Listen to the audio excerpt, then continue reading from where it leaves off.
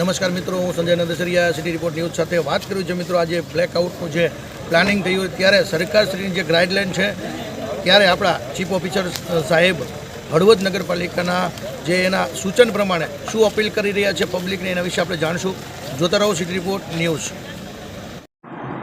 હમણાં આપણા દેશની અંદર આપણે સૌ જાણીએ છીએ એમ યુદ્ધ જેવી પરિસ્થિતિનું નિર્માણ થયું છે.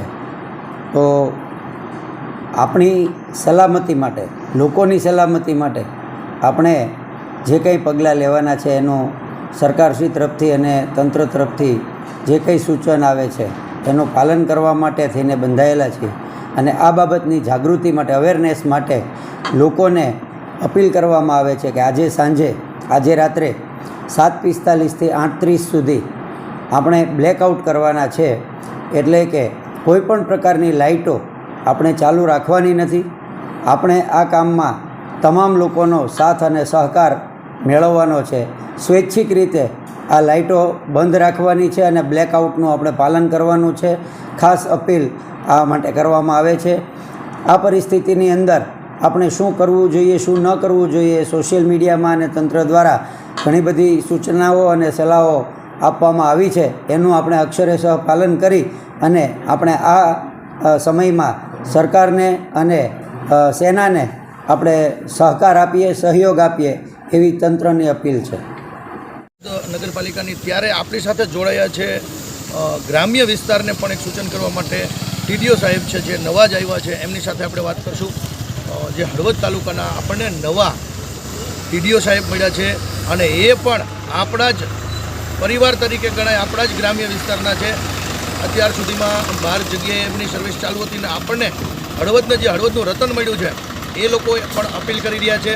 જાગતા રહો અને જોતા રહો સિટી રિપોર્ટ ન્યૂઝ. નમસ્કાર તમામ મિત્રોને. આજરોજ મામલતદાર કચેરીએ ચીફ ઓફિસર શ્રી, મામલતદાર શ્રી તેમજ તાલુકા વિકાસ અધિકારી તરીકે આજે હું હાજર થયો છું.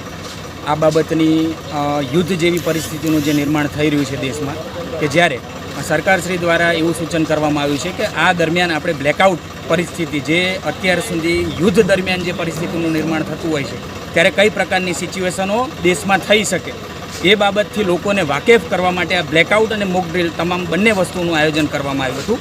જેના અંતર્ગત આજે બ્લેકઆઉટ અંતર્ગત જે માહિતી આપવાની હતી એ અંતર્ગત આજરોજ તાલુકા પંચાયત કચેરી ખાતે મામલતદારશ્રી પોતે અને હું પોતે હાજર રહી સરપંચશ્રીઓ તેમજ તલાટી એટલે ગ્રામ્ય કક્ષાના જે પદાધિકારીઓ કે આપણા જે મંત્રીઓ છે એમને આપણે માહિતગાર કરવાના છે. અને એના માધ્યમથી એ લોકો ગ્રામજનોને વાકેફ કરશે કે બ્લેકઆઉટ દરમિયાન તમારે શું શું કરવું અને શું ન કરવું. બ્લેકઆઉટ દરમિયાન સ્વૈચ્છિક ગ્રામજનોએ પોતાની લાઇટો બંધ કરી અને બેસવાનું છે, પોતાની ઘરની અંદરની પરિસ્થિતિ જોવાની છે કે યુદ્ધ દરમિયાન જો આવી કોઈ પરિસ્થિતિ થાય તો આપણે અંધારપટ જેવી પરિસ્થિતિ હોય તો પણ આપણે સર્વાઈવ કેવી રીતે કરી શકીએ, આપણું જીવન કઈ રીતે ચલાવી શકીએ, એનાથી આપણે વાકેફ થવાનું છે. અને આ જે સૂચનાઓ જે પ્રસારિત કરવામાં આવી છે એ સંરક્ષણ મંત્રાલય દ્વારા કરવામાં આવ્યું છે, મિનિસ્ટ્રી ઓફ હોમ અફેર્સ દ્વારા કરવામાં આવી છે. આપણે તમામ ગ્રામજનોને એવી રિક્વેસ્ટ કરીશું કે તમે આ બધી વસ્તુઓથી વાકેફ થાઓ કે ભવિષ્યમાં આવી કોઈ યુદ્ધ જેવી પરિસ્થિતિનું નિર્માણ થાય ત્યારે તમે લોકો શું શું પ્રકારના પગલાં લઈ શકો, શું પ્રકારની સાવચેતી દાખવી શકો એ બાબતની માહિતી અમે પણ પ્રચારિત કરી છે. અને તમને અમે અપીલ કરી રહ્યા છીએ કે આ બધી વસ્તુઓમાંથી તમે પસાર થાઓ એટલે ભવિષ્યમાં પણ આવી કોઈ પરિસ્થિતિનું નિર્માણ થાય તો તમે આમાં યોગ્ય પગલાં લઈ શકો. Thank you very much. તંગદિલીનો માહોલ છે તે વચ્ચે સરકાર દ્વારા બ્લેકઆઉટ જાહેર કરેલું છે, જે મુજબ 7:45 થી 8:30 સુધી સમગ્ર વિસ્તારમાં અંધારપટ કરવાનો છે. આ બાબતે હળવદ નગરપાલિકા દ્વારા તમામ ચૂંટાયેલા સભ્યશ્રીઓ તેમજ શહેરના આગેવાનો અને વેપારી એસોસિએશન સાથે મિટિંગ કરી અને સમગ્ર હળવદ નગરપાલિકા વિસ્તારમાં અંધારપટ થાય તે માટે તકેદારી રાખવા મિટિંગ કરેલી છે. અને વેપારી એસોસિએશન દ્વારા પણ સમગ્ર વિસ્તારના જે વાણિજ્ય એકમો છે તે અંધારપટ રાખશે તેવી બાંહેધરી આપેલી છે.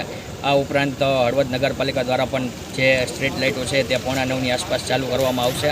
તેમજ હળવદ નગરપાલિકાના કર્મચારીઓ દ્વારા વોર્ડ વાઇઝ ટીમ બનાવી અને લોકોને પોતાના રહેણાંક મકાનોમાં લાઇટો બંધ રાખવા માટે અપીલ કરવામાં આવે છે.